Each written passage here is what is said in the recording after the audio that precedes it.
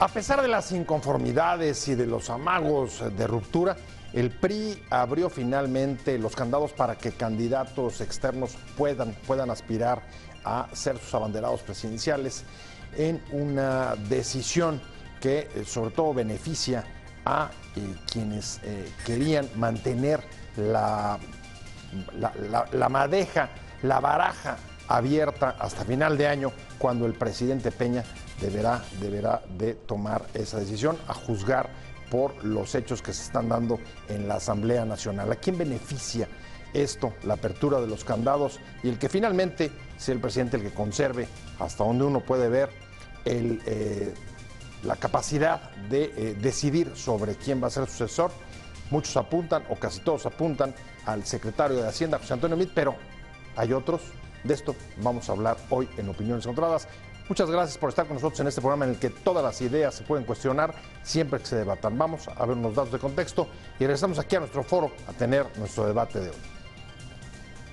El Partido Revolucionario Institucional realiza su Asamblea Nacional como la última estación para definir las reglas con que elegirá a su candidato presidencial a finales de este año, aunque el mayor problema que enfrenta es que hasta ahora no tenga liderazgo claro para tratar de retener el poder en los comicios de 2018. La Asamblea se enmarca en la demanda interna de algunos grupos inconformes con el tradicional mecanismo de selección del dedazo presidencial, al que oponen una consulta abierta a la militancia. En este marco, en las mesas temáticas de la Asamblea se aprobaron ya cambios a los estatutos, como abrir los candados para la participación de candidatos externos no militantes en la candidatura presidencial, lo que mantiene la posibilidad de que la elección recaiga en miembros del gabinete sin trayectoria partidista y dejar un mayor margen de maniobra al presidente para buscar a su sucesor. Los tiempos de la sucesión en el PRI están mucho más atrasados que en el sexenio anterior, cuando Peña Nieto logró el regreso de su partido a Los Pinos, pero sobre todo enfrenta un escenario más complicado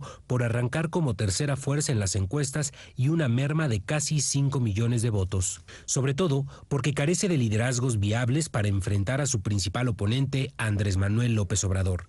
¿La apertura de candidatos resuelve el problema de la candidatura del PRI? ¿Los cambios en los estatutos son suficientes para asegurar la unidad interna? Posiciones. El exsecretario de la organización del CEN, José Ramón Martel, dijo que si nosotros nos abrimos a una candidatura a un ciudadano, este debe comprometerse con nuestra declaración de principios y con nuestro programa de acción.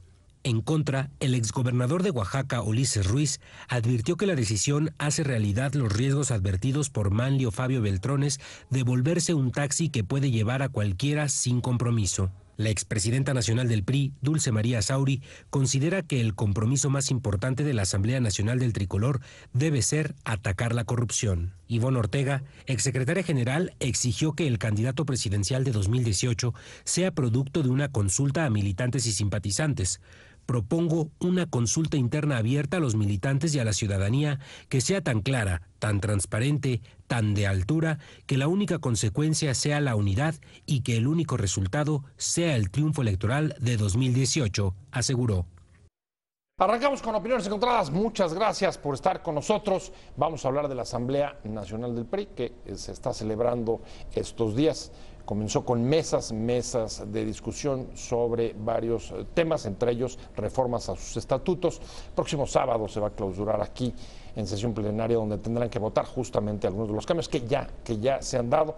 Dos son los que más han atraído la atención y que tienen que ver con el abrir el partido a candidatos externos y reducir los 10 años de militancia para poder optar para la candidatura presidencial. Han metido también asuntos sobre corrupción como uno de los temas que más han afectado a un partido que enfrenta una situación muy complicada hacia las elecciones presidenciales del próximo año por la pérdida o la merma de apoyo y la pérdida de votos. Gobiernan mucho menos estados que tenían en 2000 cuando salieron de la presidencia.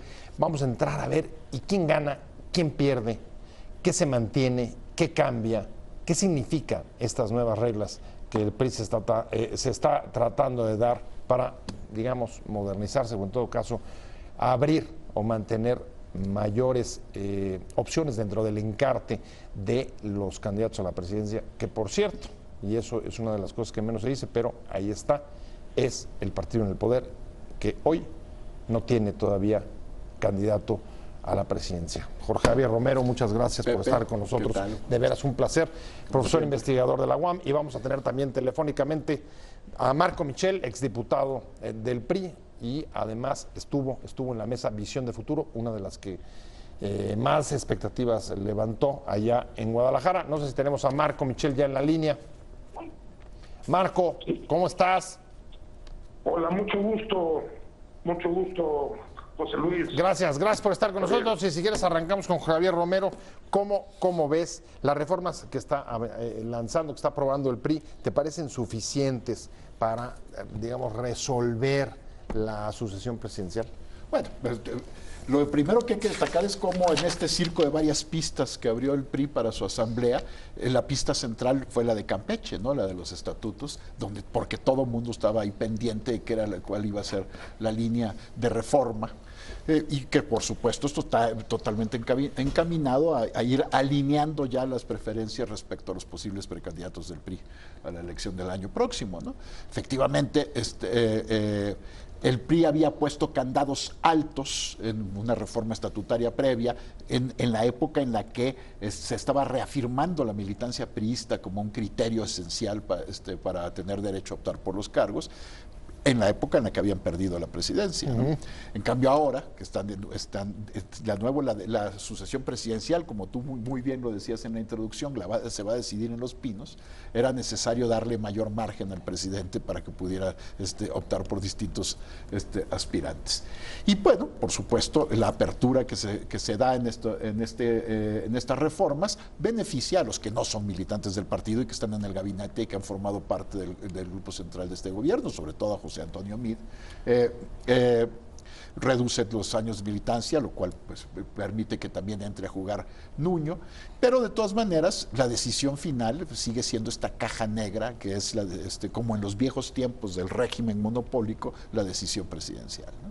Marco Michel andaba ayer, bueno, está llegando de Guadalajara, estuvo en la mesa Visión de Futuro que encabezó, que coordinó Manlio Fabio Beltrones. Marco, esa fue una de las mesas que más expectativas y quizá, déjame preguntártelo así, quizá de manera provocadora, pero mayores fintas generó, porque ahí es donde se pensaba que iba a haber una pasarela de aspirantes presidenciales, los que ya se conocen, que están barajándose dentro de las, digamos, dentro de los medios de los últimos tiempos, pero no fue así. De repente, pues no se dio esa pasarela y más bien se describió la mesa como un acto, digamos, desangelado respecto de las expectativas que había. ¿Cómo la viste tú? A ver, yo en primer lugar quisiera decirte y decirle a Javier que efectivamente el centro de la atención ha sido la mesa de estatutos que se celebró en la ciudad de Campeche. Pero yo creo que las asambleas del partido no se hacen exclusivamente con ese fin. O sea, el hecho de que el partido haya abierto como un partido moderno que lo está buscando ser, pues sí tiene que abrir las expectativas a todas las posibilidades que existen, como para una candidatura presidencial o para las candidaturas también, que van a ser muchas. Hay que recordar que el año que entra hay 30 elecciones en 30 estados de la República. Se van a llevar elecciones en todas, porque hay relevo de los diputados federales, pero en 30 lugares también hay relevos locales, presidencias municipales, diputados locales. Obviamente los legisladores federales, se renueva todo el Congreso y el presidente de la República.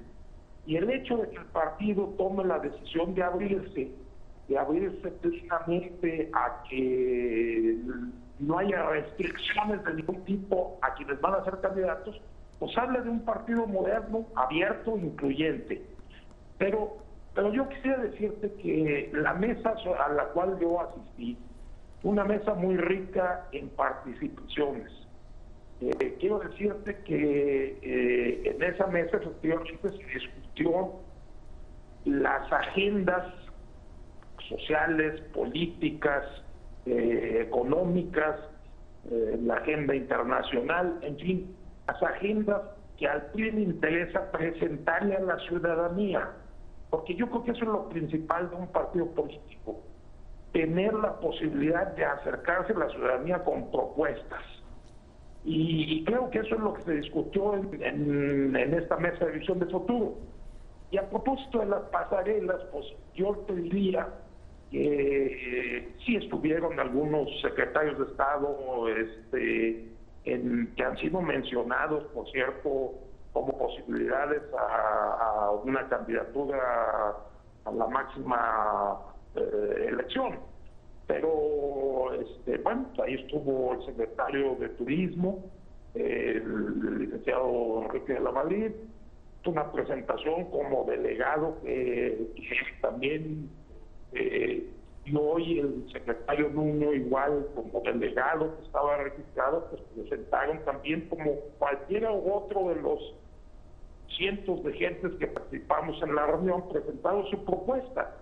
Más que una pasarela, pues se trataba de que también estuvieran cerca de la militancia y que plantearan sus propuestas a la par que lo hicimos todos. Déjame ir con Jorge Javier Romero, un partido moderno, dice Marco Michel, que además abre expectativas con estos cambios en sus reglas y además haciendo la propuesta. Esa es la sensación que a ti te queda, esa es la visión la percepción que tú tienes de lo que va de la Asamblea. No, a mí lo que me parece es que el PRI ha tenido una enorme dificultad en modernizarse, y porque hay una dependencia de su trayectoria. El PRI es un partido que siempre ha sido vertical, donde resolvieron su problema de unidad cuando decidieron que el arbitraje iba a estar centralizado en la presidencia de la República. Cuando perdieron la presidencia, tuvieron la oportunidad de convertirse en un partido moderno y sin embargo no encontraron los mecanismos estatutarios y institucionales internos para dirimir sus controversias de manera eficaz, al grado que, bueno, llegaron a la elección de 2006 tremendamente divididos y se fueron al tercer lugar. Cuando recuperaron la presidencia, recuperaron su manera de hacer las cosas. La rutina esencial del arbitraje centralizado en la presidencia para resolver sus controversias. Y desde mi punto de vista, esto no tiene nada que ver con un partido dinámico, moderno, donde se discuten y donde se llevan las decisiones a procesos democráticos entre la militancia o incluso en elecciones primarias, como ocurre en algunos partidos europeos ya actualmente. Sin embargo, lo que ocurre en el PRI es que el PRI sigue funcionando como una maquinaria vertical centralizada que sigue los dictados presidenciales, ¿no? Y eso finalmente va a permitirle resolver con unidad su candidatura a la presidencia, pero no necesariamente va a ser suficiente para que conserven la presidencia. Ahí hay uno de los puntos que más se ha reclamado por los inconformes, algunos los han llamado políticos de café, y es el que la candidatura presidencial se pueda resolver con una consulta a la militancia, y la pregunta entonces sería si el PRI se va, como acaba de ocurrir con los candados, a abrir hacia la sociedad, y si también se va a abrir a la democracia interna. Marco, estamos hablando de la Asamblea Nacional del PRI que se está llevando a cabo, y voy con Marco Michel, exdiputado del PRI. Y Marco, nos quedamos con la pregunta de estos cambios en las reglas de juego para elegir, para designar la candidatura presidencial. Dices, tiene la pretensión de abrir el partido hacia la sociedad, pero uno de los reclamos internos más fuertes ha sido que quien vaya a ser designado sea a través de democracia interna por una consulta a la base. ¿Cómo queda ese punto? Bueno, mira, también pues, yo quisiera hacer una réplica también a lo que nos planteó Javier. Jorge Javier. A mí me parece que los partidos, pues en el sentido en que él lo está planteando, de si modernidad o no modernidad, yo creo que todos los partidos en México tienen mecanismos de elección que pueden ser cuestionables. O sea, a todos les podemos encontrar fórmulas para establecer o no cuál es su fórmula de decisión de un candidato. Por ejemplo, pues hay un partido claramente pues que lo dirige un solo señor, que él toma las decisiones y no necesariamente ha podido ser presidente de la República, ha aspirado en dos ocasiones anteriores y seguramente aspira una tercera. ¿Te refieres a Morena, por supuesto?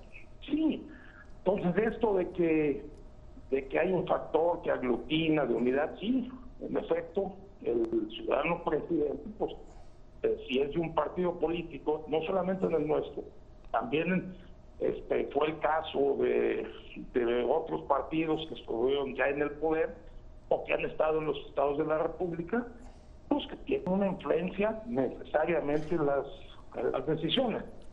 Ahora, esto de que decidamos o no ir por la consulta a la base en la decisión de un candidato a la presidencia de la República, nosotros ya lo hicimos. Le quiero recordar a Javier, por cierto, no fuimos exitosos. En el año 2000 se propuso un candidato que surgió de una consulta a la base. Así es, así es. O sea, los partidos no necesariamente su mejor condición es salir a una consulta interna, no necesariamente.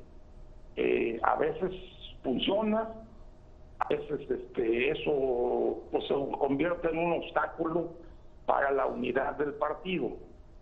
Entonces, déjame retomar nada más dos de las tesis que pones sobre la mesa para ir con Romero. Una, la democracia interna no necesariamente es la mejor manera para ni modernizarse ni mantener la unidad. Y el otro tema es no solamente el PRI, sino otros partidos, digamos, que tienen el mismo mecanismo de arbitraje vertical. No, sin duda alguna, los partidos en México todos se han hecho a imagen y semejanza del PRI. Es decir, el problema que tenemos en este país es que tenemos un sistema electoral proteccionista que pone un sistema de registro que fuerza a que los partidos que al registrarse sean partidos de clientelas, y por supuesto esos partidos de clientela están manejados por intermediarios que se articulan piramidalmente a la imagen y semejanza del PRI. Ese es uno de los grandes obstáculos que tiene la democracia mexicana hoy, este proteccionismo electoral, que es también parte de una trayectoria institucional que arranca desde 1946 con la primera ley electoral federal de 1946, que estableció el sistema de registro de partidos, y que después en 96, después del periodo en el que existió el registro condicionado, se recuperó inmediatamente cuando los partidos que pactaron entonces, el PRI, el PAN y el PRD, decidieron que iban a poner obstáculos para el ingreso de nuevas fuerzas. Entonces tenemos unos partidos que replican esta manera de hacer las cosas del PRI. Esto no necesariamente, por supuesto, no hay nada que rebatir al cuestionamiento sobre Morena. Morena es el partido de un solo hombre, es el más caudillesco de todos los partidos de este país, sin duda alguna, pero los demás son igual de caudillescos y son igual de clientelistas. Tal vez tiene algo de excepcional el PAN, que tuvo una institucionalización distinta, pero finalmente todos pecan del mismo problema, de falta de democracia, y esos no son partidos modernos. Es decir, yo sí creo que un partido moderno tiene que ser un partido democrático, donde sus bases participan, donde sus bases tienen realmente peso en las decisiones que se toman y no simplemente son seguidores de consignas verticales. Por lo pronto, y voy contigo, Marco Michel, lo que sí podemos decir, a reserva que quiera replicarle a lo que dice Romero, lo que sí parece un hecho es que las dos medidas que se toman de cambios en los estatutos, a quien beneficia son a personas muy cercanas al presidente de la República. Estamos hablando de José Antonio Meade, que puede participar con la apertura a los ciudadanos en la candidatura, y por supuesto también a Nuño, el secretario de Educación, con la reducción de los años de militancia. Yo te diría que siempre han podido participar, José Antonio Meade, que se le ha declarado no ser militante de este partido. Ajá. Creo que estamos perdiendo a Marco Michel. Sí, bueno. Sí, ahí estás, Marco, ahí estás. Te decía que José Antonio Meade nunca ha dejado de participar en la contienda, y te voy a explicar por qué. Sí, creo que lo volvimos a perder. Hablando de la Asamblea Nacional del PRI, la antesala para definir las reglas con las que elegirá a su candidato presidencial, estamos hablando con Marco Antonio Michel, exdiputado del PRI, y me quedé contigo, Marco, decías, con las reglas anteriores incluso participaba José Antonio Meade, al que dicen se dedicó o fue el beneficiario de esta asamblea.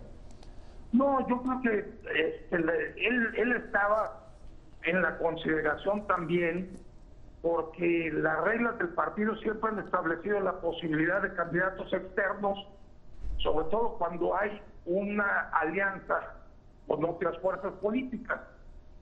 Como tú recordarás, el PRI ha venido postulando candidatos ya desde hace tiempo en alianza con varios partidos. De tal manera, y yo creo que no va a ser la excepción en esta ocasión. O sea, podría haber sido candidato del Verde, por ejemplo, que tradicionalmente ha ido, en los últimos años ha ido con el PRI, y igual hubiera participado como candidato presidencial del PRI. Pues sí, porque entonces ya estas restricciones ya no estarían operando. Por eso yo creo que tampoco debe de interpretarse esta modificación como que beneficia a alguien en particular. Okay. A mí no me parece que esa es la decisión que se está tomando. Evidentemente, yo insisto, está tomando una decisión pensando en el futuro, que es un poco lo que también el partido está tratando de construir, una agenda de futuro, porque bueno, es el único partido, como tú señalaste al principio, que todavía no tiene un candidato a la vista. Así es. Abiertamente. Entonces, era el momento también de que ya el partido pues empezara a plantearle a la sociedad qué es lo que quiere de cara a una elección tan amplia como va a ser la del 2018. Voy contigo, Jorge Javier Romero, no sé si quieres replicar, pero es cierto, no hay candidato, el PRI no tiene candidato. Hace el sexenio pasado, cuando recupera la presidencia, tenía desde tiempo atrás una candidatura súper en marcha, con una buena candidatura, hay que decirlo con toda claridad, de Peña Nieto, buena, que logró arrastrar al partido. Sin embargo, hoy tú ves a alguien que arrastra al partido, incluso de los que están en la baraja del presidente. No, yo creo que el PRI tiene un serio problema frente a la elección de 2018. Tiene un problema no solo por su desgaste tremendo en el gobierno, la caída de la popularidad presidencial, el sentir social frente a los casos de corrupción, también el sentimiento generalizado por una economía que no crece, es decir, porque pues, crece con unos márgenes... Sí, muy mediocres. No, bueno, y simplemente se compensa con el crecimiento de la población, es decir, llevamos 30 años Vamos o tablas. más... 30 años o más de estancamiento, y bueno, y todo eso pesa al partido del gobierno en cualquier lugar del mundo. Entonces tiene ese desgaste, pero también tiene el problema que no tiene ninguna figura emergente que pueda tener arrastre electoral de entrada. Claro, no hay figura emergente ni figura visible. Marco Michel, ¿cómo ves? ¿Coincides o no? Bueno, por eso el partido necesitaba realizar esta asamblea y hacer una serie de propuestas que se conviertan en el sustituto en estos momentos al hecho de que no tenemos un candidato a la vista. Entonces, me parece que ese es el esfuerzo que está haciendo el partido. Lo que tiene que hacer es difundir con claridad las propuestas que está haciendo a la ciudadanía para la elección próxima, en vez de estar pues concentrado exclusivamente en el perfil de su candidato, que también es importante. O sea que tú dirías un poco que el PRI está haciendo lo que puede hacer dentro de sus márgenes de maniobra, que es, pues, por lo pronto decir, vamos a trabajar en la oferta y para recordar algunas viejas fórmulas, primero la plataforma y el programa y luego el candidato. Bueno, y bueno, yo agregaría que los candidatos que hasta ahora se han estado manifestando o han estado clarificando, tendrían que poner a la luz de la sociedad también sus propuestas. O sea, un poco, pues también en consecuencia a esta idea. No solamente primero la oferta y luego el hombre, que en principio es lo que deberíamos de hacer todos los partidos. Ajá. Pero yo creo que en paralelo, y dado que ya hay adelantados en los otros lados, también los candidatos del partido el PRI tendrían que ir planteando sus puntos de vista, y eso es lo que empezaron a hacer ahora en la asamblea, y por eso se convirtieron en delegados los mismos precandidatos que te he hablado, ¿no? Si sigo la idea de Marco, Jorge, sería el banderazo para que salgan a la palestra y empiecen a construirlos en los próximos, por lo menos de aquí a diciembre. Sí, ya, bueno, desde luego ya estamos en periodo electoral, ¿no? Ya todos están presentando su menú, ¿no? El PRI está tratando de encontrar una oferta atractiva. La oferta, sí, siempre decimos eso, ¿no? Primero el programa, después el candidato. Todos los que hemos hecho política lo hemos dicho, pero en buena medida en las elecciones la oferta es el candidato. Es la personalidad personalidad que encarna en la oferta en el proceso electoral y es el que se puede o no convertir en un fenómeno de opinión pública, que es lo que hace que se ganen las elecciones.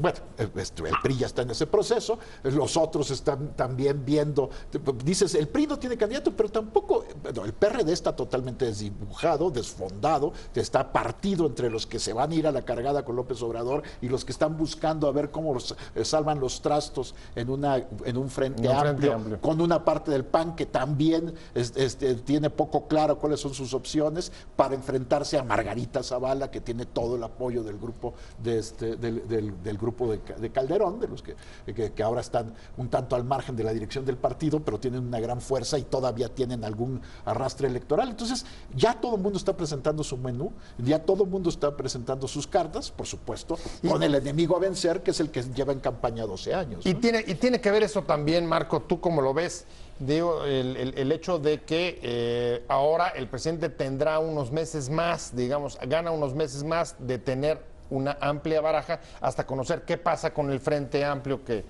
mencionaba Jorge y ver qué pasa con el resto de los partidos, si hay frente, no hay frente, quiénes van a ser los candidatos. Realmente el único candidato, digamos, seguro, pues es López Obrador, no hay más. Bueno, yo coincido con ustedes que pues que todos los partidos hagan reflexión sobre quién puede ser su candidato, con excepción de este partido del que hemos hablado.